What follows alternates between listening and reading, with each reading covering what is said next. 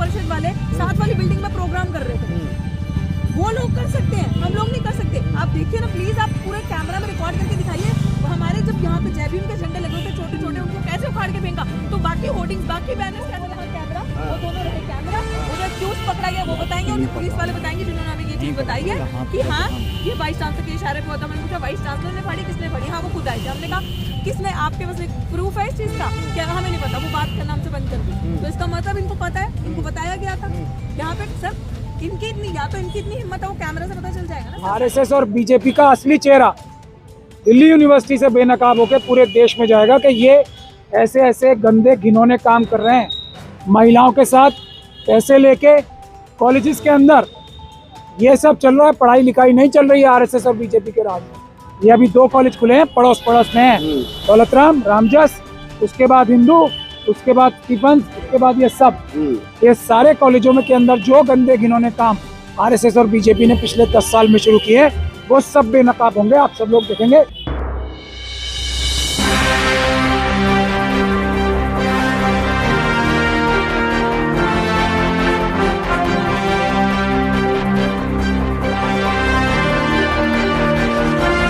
विश्व हिंदू परिषद वाले साथ वाली बिल्डिंग में प्रोग्राम कर रहे थे।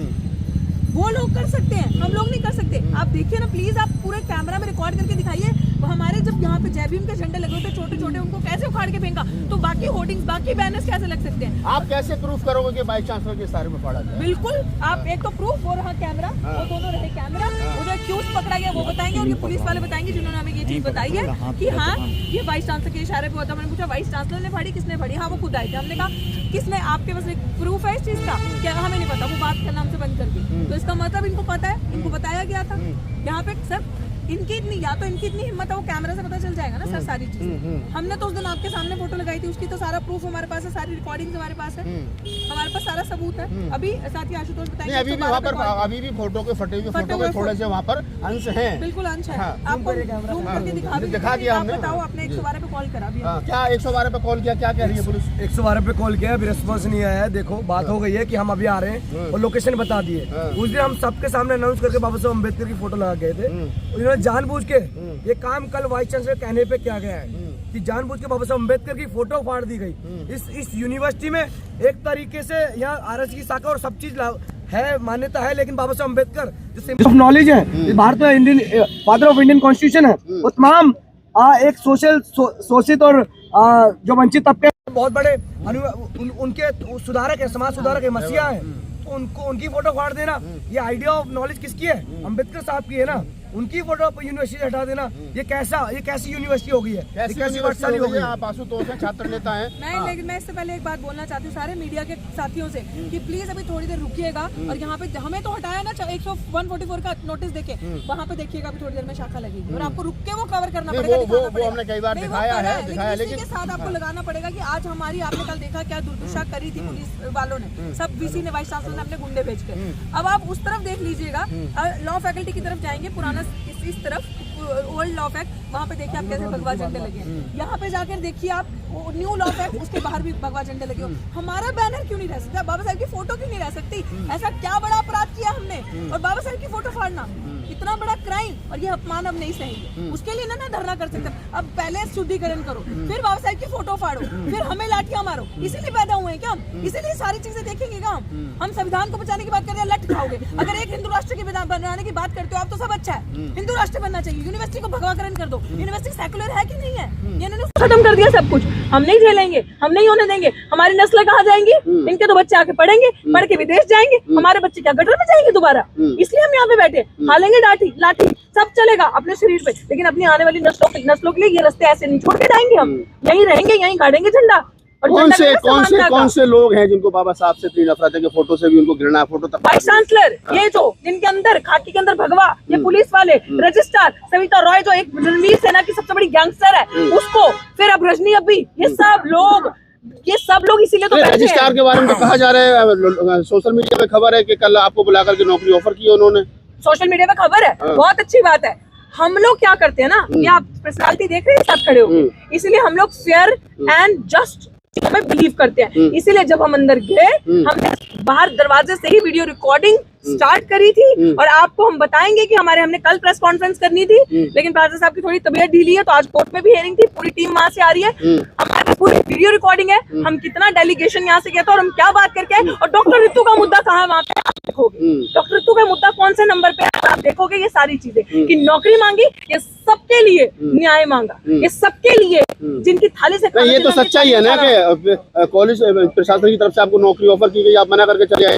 नहीं बिल्कुल नहीं, ये कोई कल ऑफर नहीं की गई, बहुत सालों से। कल क्या बात हुई थी वाइस चांसलर के साथ? हमारे पास पूरी वीडियो है, आपको दिखा देंगे। उन्होंने हमें कहा था कि आपके क्या इश्यूज है, क्या मुद्दे हैं, हमने उन्हें अपने मुद्दे बताए थे कि इमीडिएट बैकलॉग जो है वो फिल किया जाए, जितना भी बैकलॉग SC ST का है उसका स्पेशल ड्राइव निकाल के, जैसे बाकी यूनिवर्सिटीज कर रही हैं आप करो, और अगर आपकी नॉलेज में ये चीज है कि बैकलॉग है और आपने नहीं दिया अभी तक, तो उसका रीजन आप बताएं। और हमारा जो सविता रॉय जो है और रजिस्ट्रार, उसको सस्पेंड अभी तक FIR होने के बावजूद दोनों को क्यों नहीं किया, क्योंकि दोनों पे SC ST एक्ट के अंदर FIR है।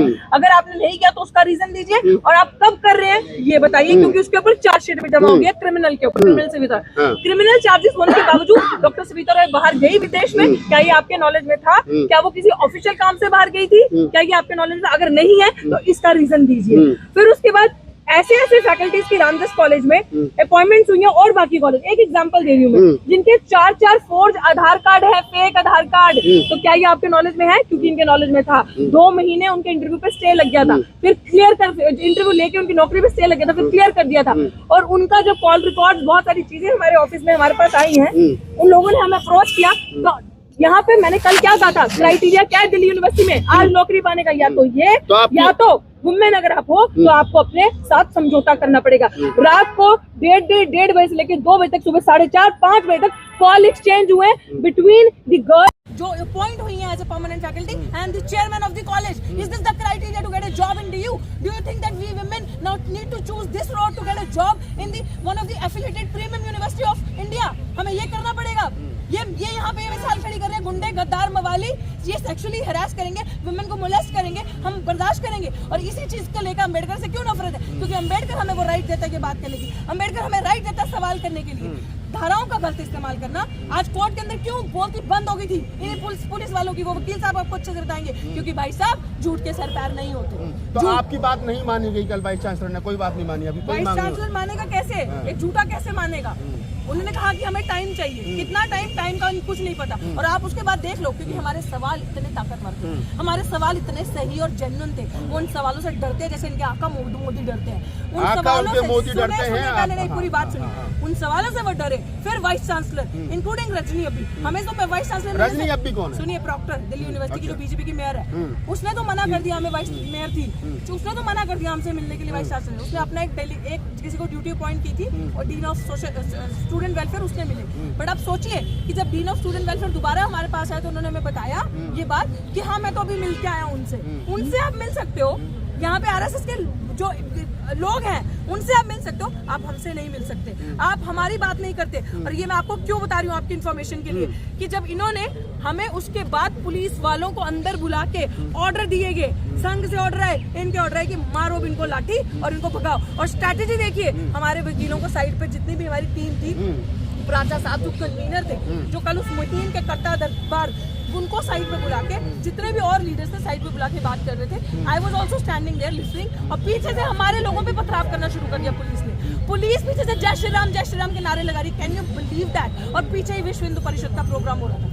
कौन सी डेमोक्रेसी में रह रहे हैं? कौन से सेकुलर यूनिवर्सिटी की बात कर रहे हैं हम? ये सिचुएशन है। और आगे पीछे करके पुलिस कोनियां तक मार रही है विमेन को, कितनी महिलाओं की ब्रेस्ट में कोनियां लगी है। वो हमने देखा कल, वो हमने देखा, रिकॉर्ड भी किया उसको। थोड़ा सा बताइए प्राचा साहब, क्या हुआ कोर्ट में आज? कोर्ट में तो जो हुआ वो ये हुआ कि अब इसमें अमित शाह साहब का और मोदी जी का रोल एकदम साफ हो गया।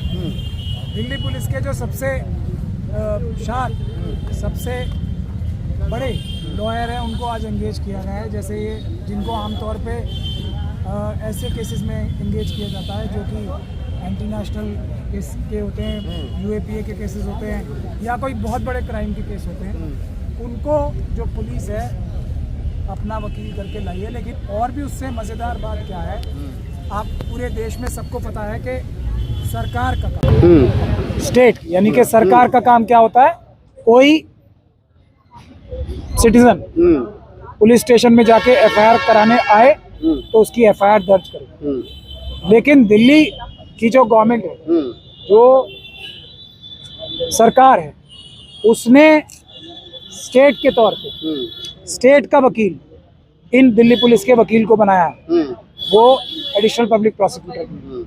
यानी कि क्या, स्टेट जो है अब खुद अपने खिलाफ लड़ेगा, क्योंकि जो वादी होता है, जो कंप्लेनेंट होता है, जो पीड़ित होता है, उसके बिहाफ पे स्टेट लड़ता है। इसीलिए आपने सारे केस देखे ना, स्टेट वर्सेस फला एक्यूज या मुल्जिम। तो स्टेट होता है जो कंप्लेनेंट होता है उसकी तरफ, यानी कि डॉक्टर रितु की तरफ से स्टेट लड़ेगा। अब इस केस में सबसे मजेदार बात जो हुई है, या एकदम जिससे आरएसएस बीजेपी का चेहरा बेनकाब हो गया, कि स्टेट की तरफ से वकीलों के, यानी कि डॉक्टर रितु की तरफ से जो वकील खड़ा किया है स्टेट ने, वो डॉक्टर रितु के खिलाफ बोलेगा। स्टेट अपने ही खिलाफ बोलने के लिए अब वकील खड़ा कर, केस की है थोड़ी सी अलग, दो अन्य केसों से इसलिए अलग भी है। ये केस ही सबसे अलग है। यही बाबा साहब भीमराव अंबेडकर का संविधान है जो इतना मजबूर कर देता है सबको कि सब अपने चेहरों से नकाब उतारें और कपड़े उतारें और उनका असलियत जो है सामने आ जाए। तो आज स्टेट को जो हाईजैक कर रखा है आरएसएस वालों ने, वो चेहरे से बेनकाब हो गया उनका चेहरा। तो ये महमूद प्राचा जी थे जी। दूसरी बात जो यहाँ हो रहा है जी, किसी और की फोटो से तकलीफ नहीं, ये अपराध है। सिर्फ बाबा साहब डॉक्टर भीमराव अंबेडकर की फोटो से तकलीफ है।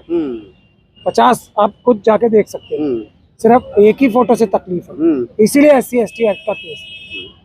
तो आप महमूद प्राचा थे और तमाम जो कल की घटना हुई, हमने उसके बारे में भी सवाल लिए कि किस प्रकार से कल क्या BC के साथ में बात हुई, थाने में क्या हुआ, और अभी जो बाबा साहब डॉक्टर अम्बेडकर की फोटो फाड़ी गई है उसके बारे में हमने सत्यप्रकाश जी से पूछा कि क्या क्या धारा है उसमें लगाएंगी। बड़ी बात यह है कि जो रितु ने गंभीर आरोप लगाए कि नौकरी के बदले शरीर जो है वो मांगा जा रहा है, महिला जो शिक्षक है उनको परमानेंट करना चाहिए। और ये तो अभी 2 कॉलेज खुले हैं, आरएसएस और बीजेपी का असली चेहरा दिल्ली यूनिवर्सिटी से बेनकाब होकर पूरे देश में जाएगा कि ये ऐसे ऐसे गंदे घिनौने काम कर रहे हैं, महिलाओं के साथ पैसे लेके कॉलेजेस के अंदर ये सब चल रहा है। पढ़ाई लिखाई नहीं चल रही है आरएसएस और बीजेपी के राज में। ये अभी 2 कॉलेज खुले हैं, पड़ोस में हैं, दौलतराम, रामजस, उसके बाद हिंदू, उसके बाद स्टीफंस, उसके बाद ये सब, ये सारे कॉलेजों में के अंदर जो गंदे घिनौने काम आरएसएस और बीजेपी ने पिछले 10 साल में शुरू किए, वो सब बेनकाब होंगे, आप सब लोग देखेंगे। इसीलिए अम्बेडकरवादियों से डरते हैं। तो पूरी बातचीत के बारे में आपकी क्या प्रतिक्रिया है, हमें कमेंट्स बॉक्स में जरूर बताइए। आरोप गंभीर हैं, बाबा साहब की फोटो को फाड़ देना और नौकरी के बदले महिला शिक्षक का जो है वो जिस्म मांगना, ये गंभीर आरोप है और चाहिए शासन प्रशासन को इसका पूरे मामले को गंभीरता से। धन्यवाद।